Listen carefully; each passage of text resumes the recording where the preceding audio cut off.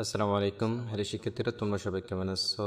এরপর আলোচনা করব ক্লাস 8 ইংলিশ বইয়ের পেজ নাম্বার 15।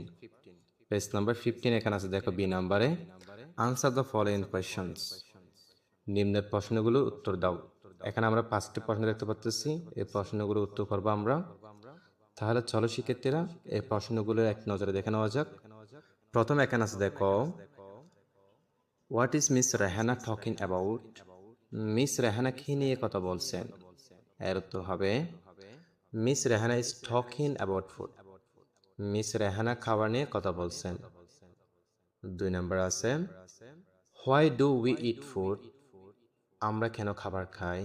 এর উত্তর হবে উই ইট ফুড বিকজ। আমরা খাবার খাই কারণ it is very important for our body. এটি আমাদের শরীরের জন্য খুবই গুরুত্বপূর্ণ। এবং we can not live without it. আমরা এটি ছাড়া বাঁচতে পারি না। অর্থাৎ খাবার আমাদের শরীরের জন্য খুবই প্রয়োজন, এটা আমরা ছাড়া কি করতে পারি না, বাঁচতে পারি না। 3 নাম্বার এখানে আছে, দেখো what is mean by nutritious food. পুষ্টিকর খাবার বলতে কি বোঝায়? এর উত্তর হবে অর্থাৎ পুষ্টিকর খাবার কি, আমরা কিভাবে চিনব? এর উত্তর হবে নিউট্রিশাস ফুড, পুষ্টিকর খাবার, মিনস বলতে the right kind of food that contains natural substance needed for our body to grow properly and stay healthy. সঠিক ধরনের খাবার যা এমন প্রাকৃতিক উপাদান ধারণ করে যা আমাদের শরীরে সঠিকভাবে বৃদ্ধি পেতে এবং সুস্থ থাকার জন্য প্রয়োজন। অর্থাৎ পুষ্টিকর খাবার বলতে বোঝায় সঠিক ধরনের খাবার যা এমন প্রাকৃতিক উপাদান ধারণ করে যা আমাদের শরীরের সঠিকভাবে বৃদ্ধি পেতে এবং সুস্থ থাকার জন্য প্রয়োজন। 4 নাম্বার আছে, দেখো এখানে how much food does a person need to eat a day. অর্থাৎ a person need to eat a day. একজন মানুষের দিনে কতটুকু খাবার খাওয়া প্রয়োজন? এর তো হবে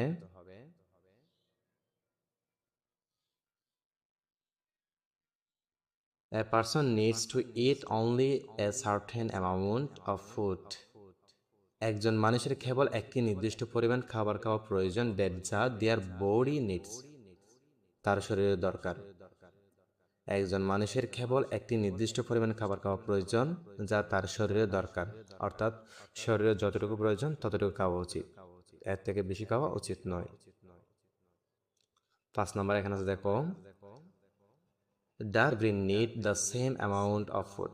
সবার কি একই পরিমাণ খাবার প্রয়োজন? হোয়াই, কেন?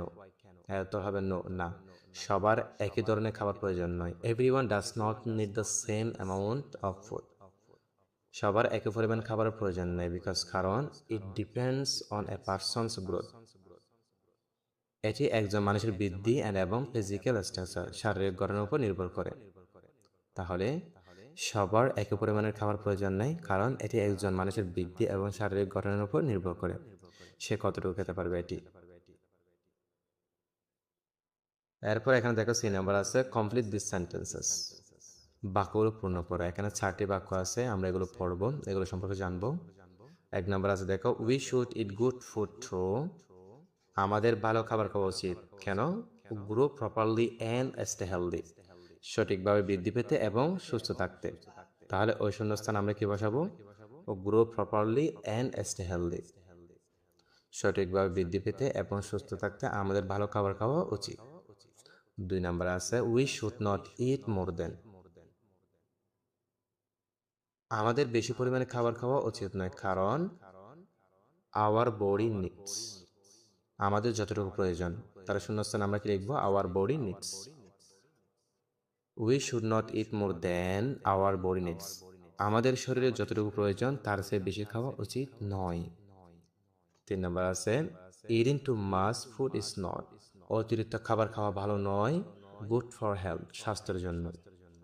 তাহলে আমরা শূন্যস্থান লিখবো good for health. Eating too much food is not good for health. অতিরিক্ত খাবার খাওয়া স্বাস্থ্যের জন্য ভালো নয়। 4 নাম্বার আছে এখানে, দেখো গুড ফুড মিনস। ভালো খাবার বলতে বোঝায়, সঠিক খাবার বলতে বোঝায়।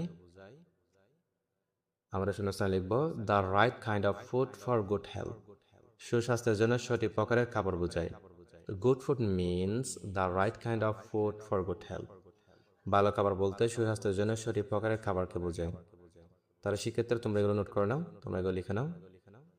এখানে আছে দেখো লেসন 2তে কাইন্ডস অফ ফুড, খাবারের প্রকার, কিওয়ার্ডস মূল শব্দ। এখানে আছে কার্বোহাইড্রেট অর্থাৎ শর্করা, এখানে আছে প্রোটিন আমিষ, ভিটামিনস অর্থাৎ ভিটামিন, মিনারেলস অর্থাৎ খনিজ উপাদান। এরপর এখানে আছে দেখো লিসেন টু দ্য টেস্ট। এই টেস্টটি পড়তে বলছে আনসার দ্য ফলোইং কোয়েশ্চনস, নিম্ন প্রশ্নের উত্তর দাও। এখানে দুইটি প্রশ্ন আছে, আমরা এগুলো আনসার করব। তাহলে চলো শিক্ষার্থীরা এগুলো এক নজরে দেখে নেওয়া যাক। How many kinds of food do we need? আমাদের কত প্রকার খাবারের প্রয়োজন? এর তো হবে we need 6 kinds of food. আমাদের 6 প্রকার খাবার প্রয়োজন। 2 নম্বর আছে হোয়াট আর দে, সেগুলো কি কি? They are carbohydrate, protein, fat, vitamins, minerals and water. সেগুলো হলো শর্করা, আমিষ, চর্বি, ভিটামিন, খনিজ এবং জল। এগুলো আমাদেরকে খেতে হবে। এরপর এখানে আছে দেখো নাও এখন চুজ দ্য বেস্ট আনসার, সঠিক উত্তরটি বেছে নাও। এখানে কতগুলো সঠিক উত্তর আছে, আমরা এগুলো জানবো এবং এগুলো পড়বো, অর্থ সহই পড়বো। 1 নাম্বার আছে দেখো foods are divided into classes according to their. খাবারগুলোকে কোন বিষয় অনুযায়ী বিভিন্ন শ্রেণীতে ভাগ করা হয়? এ নাম্বার আছে কালার্স অ্যান্ড টেস্টস, রং এবং স্বাদ অনুযায়ী।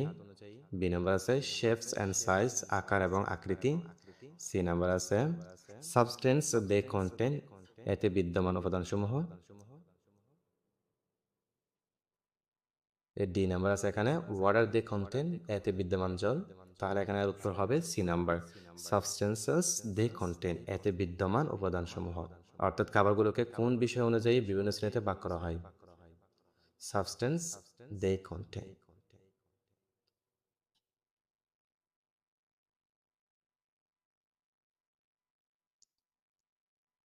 2 নম্বর আছে potatoes contain a lot of. আলুতে প্রচুর পরিমাণে কি থাকে? Carbohydrate, protein, vitamin, minerals. এর তো হবে কার্বোহাইড্রেট। 3 নম্বর আছে বাটার অ্যান্ড ঘি আর এ গুড সোর্স অফ। মাখন এবং ঘি কিসের ভালো উৎস? এর তো হবে প্রোটিন, আমিষ, ফ্যাট, চর্বি, ভিটামিন, কার্বোহাইড্রেট, শর্করা। তাহলে এর তো হবে ফ্যাট অর্থাৎ চর্বি। 4 নম্বর আছে মিনারেলস আর প্রেজেন্ট ইন। খনিজ উপাদান বা মিনারেলস কিসের বিদ্যমান থাকে? খনিজ উপাদান বা মিনারেলস কিসে বিদ্যমান থাকে? এর তো হবে এ নম্বর আছে নাটস বাদাম, 2 নম্বর আছে পিস মটরশুঁটি, 3 নম্বর আছে মিল্ক দুধ, 4 নম্বর আছে ওয়াটার জল। এর তো হবে মিল্ক দুধ, দুধ বিদ্যমান থাকে। 5 নম্বর আছে which food has the most carbohydrate. কোন খাবারে সবচেয়ে বেশি শর্করা বা কার্বোহাইড্রেট আছে? এ নম্বর আছে সুগার, চিনি, 2 নম্বর আছে রাইস ভাত, 3 নম্বর আছে ফ্রুটস ফলমূল, ডি নম্বর আছে শাকসবজি ভেজিটেবলস। এর তো হবে রাইস ভাত। নিশ্চয়ই শিক্ষার্থী বন্ধুরা তোমরা এগুলো বুঝতে পেরেছো, তোমরা এগুলো ভালো করে দেখে নাও।